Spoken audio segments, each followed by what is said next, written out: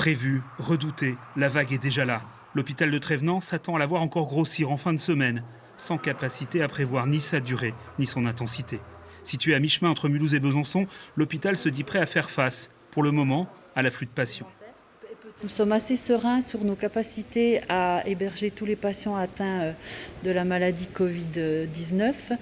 À savoir, nous avons pu ouvrir 257 lits d'hospitalisation traditionnelle et 53 lits de réanimation spécialisés Covid-19.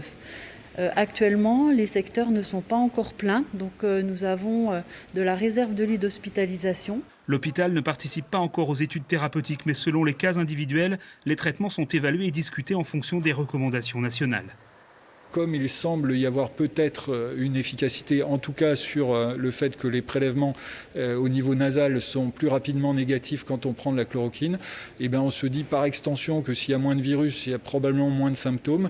Et du coup, nos patients qui sont graves et qui ont besoin notamment d'oxygène, on espère que ça va diminuer leur risque d'avoir besoin de plus d'oxygène, voire de réanimation, voire de décéder de leur Covid.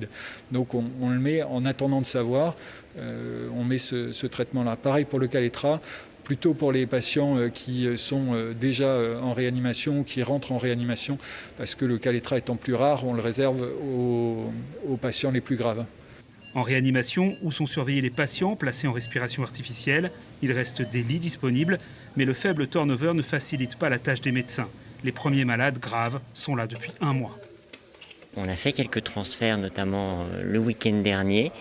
Ça nous a permis de passer des petits moments délicats. Et là, on a encore de la marge pour la semaine qui vient. D'autant plus qu'on est heureux. Depuis quelques jours, on voit enfin nos premiers malades aller mieux. Donc on les réveille et ils sont sortant du service. Donc ils libèrent des lits pour accueillir des nouveaux patients. Pour les soignants qui travaillent d'arrache-pied à sauver les vies, s'il est moins criant qu'au début de la pandémie, le manque de masques et de protection pose toujours problème.